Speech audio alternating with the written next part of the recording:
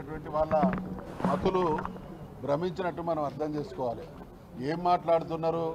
గడిచిన 10-15 రోజులుగా అంటే బీఆర్ఎస్ పార్టీ అనేది 10 సంవత్సరాలు ప్రభుత్వాన్ని నడిపి 14 సంవత్సరాలు ఉద్యమం కొనసాగించి ఈ 8-9 మాసాల కాలంలోనే తెలంగాణ ప్రజల్లో మళ్ళీ బీఆర్ఎస్ వైపు ప్రజా అభిప్రాయాలు సానుకూలంగా మారుతున్నాయి. కాబట్టి గోటికాడి నక్కలాగా పవర్ కోసం వేచి చూస్తున్నటువంటి భారతీయ జనతా పార్టీ అదే రకంగా ఇచ్చిన హామీలు నిలబెట్టుకోలేక ప్రజాక్షేత్రంలో ఎదురైతున్నటువంటి వ్యతిరేకతను తట్టుకోలేక విషయాన్ని తప్పుదారి పట్టించడం ద్వారా పక్కదారి పట్టించడం ద్వారా రాజకీయ పబ్బం గడుపుకోవాలనుకునేటువంటి పార్టీలకు బీఆర్ఎస్ పార్టీ పేరు వింటేనే వాళ్లకు ఒక రకమైనటువంటి గందరగోళ భయానకమైనటువంటి పరిస్థితులు ఉన్నాయి. కాబట్టి దీన్ని మనం ఖచ్చితంగా ఈ 2 పార్టీలు కూడా బీఆర్ఎస్ పార్టీ ఉంటే పుట్టగతులు ఉండవనేటువంటి భయంతో ఆందోళనలతో మాట్లాడుతున్నటువంటి మాటలు. ఒకవేళ బీఆర్ఎస్ పార్టీకి ఎవరితోనైనా లోపాయికారి ఒప్పందాలు ఉంటే 6 మాసాలు ఆడబిడ్డ జైల్లో ఉంటుందండి. కాస్తన్న ఇంగిత జ్ఞానం ఉండాలి. మాట్లాడడానికి నాలుకను తాటిమట్ట కంటే చులకన చేసి మాట్లాడేటువంటి వీళ్ళ కుసంస్కారాన్ని ఖచ్చితంగా ఖండిస్తూ ఉన్నాం. న్యాయపరంగా చట్టపరంగా మరి కొట్లాడి ఈరోజు సుప్రీంకోర్టు ద్వారా బెయిల్ పొందడం ఖచ్చితంగా కవితమ్మ తెలంగాణ ఉద్యమకారుల నైతిక విజయం. వీళ్ళ నోళ్ళకి ఇప్పటికైనా మరి మూతపడితే తాళాలు వేసుకుంటే మంచిది. లేకపోయింటే ప్రజాక్షేత్రంలో ఇవన్నీ కూడా గమనిస్తూ ఉన్నారు. ఎన్ని రకాలైనటువంటి చిత్రహింసలు పెట్టి అంటే ఒక ఉద్యమ పార్టీ పట్ల రాజకీయ పార్టీల నాయకుల వ్యవస్థల కక్ష సాధింపు వారికి ఎటువంటి అక్కసు ఉన్నది అనడానికి నిదర్శనమే వీళ్ళు చేస్తున్నటువంటి ప్రేలాపన. సార్ మొన్న సీఎం ఢిల్లీలో మాట్లాడుతూ ఈ నెలలో బెయిల్ వస్తుంది, బెయిల్ వచ్చిన తర్వాత మెచ్యూర్ ఉంటుందని చెప్పారు. ఆయన అంటే ముఖ్యమంత్రి గారి విషయంలో మేము మాట్లాడేప్పుడు మా స్థాయిని కూడా దృష్టిలో పెట్టుకొని మాట్లాడాలి. ఒక ముఖ్యమంత్రి స్థాయి మాట్లాడే అద్దెమైకు గతంలో చాలామంది రాజకీయ పార్టీల వేదికల మీద కొందరు నాయకులను మేము చూసినాం. అదే నాయకుడు ఇక్కడ మైక్ తీసుకుంటాడు, ఒక పార్టీ తరఫున ఒకటి మాట్లాడతాడు. అదే నాయకుడు ఇంకొక పార్టీ మీటింగ్ పెడితే ఆ పార్టీ మీటింగ్లో ఇంకొక రకంగా మాట్లాడతాడు. అంటే ఒక మెచ్యూర్డ్ పాలిటీషియన్, ఒక బాధ్యతాయుతమైనటువంటి ముఖ్యమంత్రి స్థాయి మాట్లాడేటువంటి మాటలు ఈ రకంగా ఉంటే దాన్ని దేవుడు కూడా క్షమించడు. ఆయన స్థాయిని పెంచుకోవాలి, ఆయన మెచ్యూరిటీ లెవెల్ పెరగాలి, తెలంగాణకు ఆయన ద్వారా మంచి జరగాలని ఆశాభావాన్ని వ్యక్తం చేస్తున్నాం తప్ప ఆయనలాగా దిగజారిన మాటలు మాట్లాడడానికి. కేసీఆర్ కేంద్రంలో మంత్రి పదవి వస్తుంది, కేటీఆర్ కూడా సెంట్రల్ మినిస్టర్ అవుతాడు, ఇవన్నీ మేము ముందే ఊహించామని చెప్పి స్పష్టంగా చెప్పాడు ఆయన. వీళ్ళందరూ గతంలో మేము చూసేది శాసనసభ ముందు చిలక జోస్యాలు చెప్పేవాళ్ళు. వాళ్ళు బహుశా ఇక పాలన అనేది పక్కన పెట్టి ఇటువంటి జోస్యాలతోని కాలం వెళ్ళబుచ్చేటువంటి ప్రయత్నాలు చేస్తూ ఉన్నారు. అన్నిటికీ కాలమే నిర్ణయం చేస్తుంది. గతంలో మిత్రమా బీఆర్ఎస్ పార్టీ టీఆర్ఎస్ పార్టీని పెట్టిన తొలినాళ్లలో కొందరు నాయకులు ఇది మకలో పుట్టింది పూపలో పోతుంది అనేటువంటి మాటలు విన్నాం.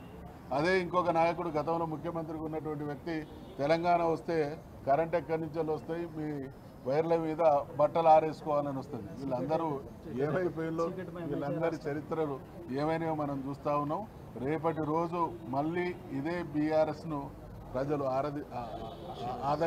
ఆశీర్వదించక తప్పదు. వీళ్ళందరి రాజకీయ చరిత్రలు భూస్థాపితంగా కూడా తప్పదు. ఇప్పుడు మహేష్ గౌడ్ గారు సుప్రీంకోర్టు తప్పు పట్టేటువంటి ప్రయత్నం చేస్తారు. కంటెంప్ట్ ఆఫ్ కోర్ట్ అవుతుంది.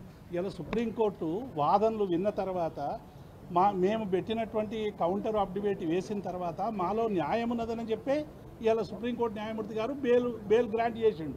ఈ బెయిల్ గ్రాంట్ చేసినటువంటి సందర్భంలో దీన్ని తప్పుపడితే డెఫినెట్గా మహేష్ గౌడ్ గారు కంటెంప్ట్ ఆఫ్ కోర్టుకు పోవాల్సినటువంటి అవసరం ఉంటుంది. సుప్రీంకోర్టు తీర్పునే తప్పుపట్టే స్థాయికి ఇలా కాంగ్రెస్ నాయకులు వచ్చారంటే వాళ్ళ ఫ్రస్ట్రేషన్ ఎంత ఉందో అర్థమవుతా ఉంది. ఎందుకంటే ఇలా కాంగ్రెస్ పార్టీ అనుసరిస్తున్నటువంటి దుర్నీతి వలన ప్రజలందరూ కూడా రోడ్ల మీదకి వస్తూ ఉన్నారు. రుణమాఫీ కానీ హైడ్రా కానీ రకరకాల కారణాలు చెప్పి ఇలా ప్రజల్ని వేధించేటువంటి పరిస్థితి తెస్తున్నటువంటి పార్టీకి సరైనటువంటి జవాబు చెప్పే విధంగా ఇవాళ బీఆర్ఎస్ పార్టీ రాజకీయ రణక్షేత్రంలో ఉంది. బీఆర్ఎస్ పార్టీ డెఫినెట్గా ప్రజా సమస్యల మీద కొట్లాడుతుంది కాబట్టి ఇటువంటి ఆరోపణలు చేస్తున్నటువంటి విషయాన్ని మేము స్పష్టం చేస్తా ఉన్నాం. ఒక మాట ఇవాళ సుప్రీంకోర్టు విచారణ సందర్భంగా బెయిల్స్ విచారణ సందర్భంగా ఏం కామెంట్ చేసింది ధర్మాసనము? విచారణ పూర్తి అయింది, ఛార్జీ షీట్ దాఖలైంది, అయిపోయిన తర్వాత కూడా నెలల తరబడి కవిత గారిని జ్యుడిషియల్ కస్టడీలో ఉంచాల్సినటువంటి అవసరం ఏముందని చెప్పేసి ధర్మాసనం ఇలా స్పష్టంగా మాట్లాడింది. కాంగ్రెస్ నాయకులకు బుద్ధి జ్ఞానం ఉంటే, విజ్ఞత ఉంటే ఆ కామెంట్లు చేసే ముందు ధర్మాసనం ఏం చెప్పిందో అక్కడ అర్థం చేసుకోవాలి. అంటే ధర్మాసనమే కోర్టు ఆ విధంగా మాట్లాడిందంటే ఎంత రాజకీయ కక్షతోటో కుట్రపూరితంగానో ఆ కేసు పట్ల వ్యవహరించునన్నది వాళ్ళు అర్థం చేసుకోవాలి. ఇప్పటికైనా మీరు విజ్ఞతతోటి ఆలోచించుకొని మీరు కామెంట్ చేసే ముందు మాట్లాడాలి. అంతేగాని నోటికి వచ్చినట్టు మాట్లాడటం అనేది మానుకుంటే మంచిది. కాంగ్రెస్ నాయకులు కేసీఆర్ గారి నాయకత్వం, జై తెలంగాణ, జై తెలంగాణ, జై తెలంగాణ.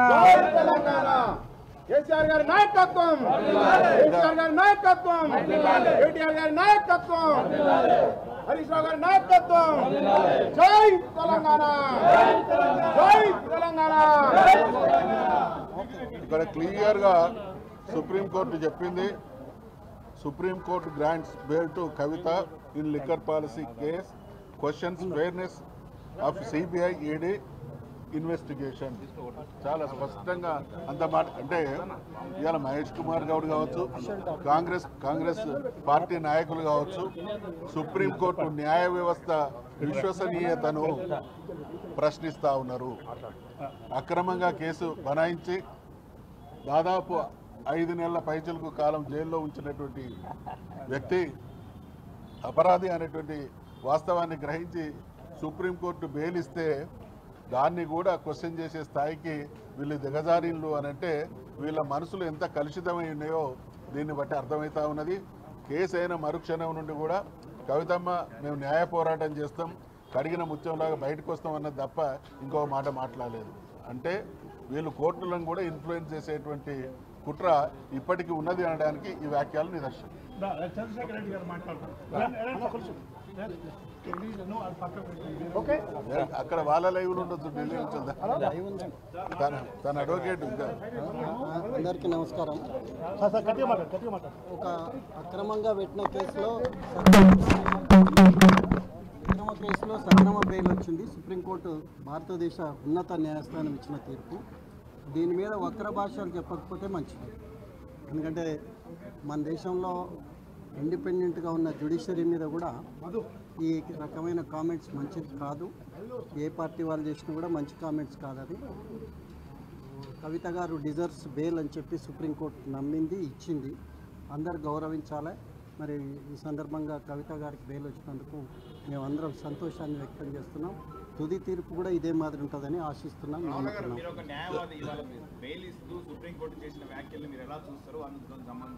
పాజిటివ్ మేమంతా మనము ఆర్గ్యుమెంట్స్ని కూడా ఫాలో అయినాం, చూసినాము. చాలా స్పష్టంగా ఇవాళ ఇచ్చిన ఆర్డర్లో కూడా చాలా స్పష్టంగా కోర్టు చెప్పింది. దీంట్లో ఛార్జ్షీట్ వేయబడింది, విచారణ పూర్తయింది. ఆమెను జైల్లో ఉంచడం భావ్యం కాదని సుప్రీంకోర్టు భావించిందనేది కూడా లైవ్లో మనము డిబేట్ను చూసినాం. ఆర్గ్యుమెంట్స్ను సుప్రీంకోర్టు ఆర్గ్యుమెంట్స్ను కూడా చూసినాం. అందరికీ ఒకటే అప్పీల్ చేస్తున్నాం. మార్చి 15 నుండి కవిత గారు జైల్లో ఉన్నారు. ఇవాళ బెయిల్ వచ్చింది, సంతోషించదగ్గ అంశం. దీనికి వక్ర భాషలు వద్దు అని చెప్పి రాజకీయ పార్టీలకు విజ్ఞప్తి చేస్తున్నాం. జై తెలంగాణ.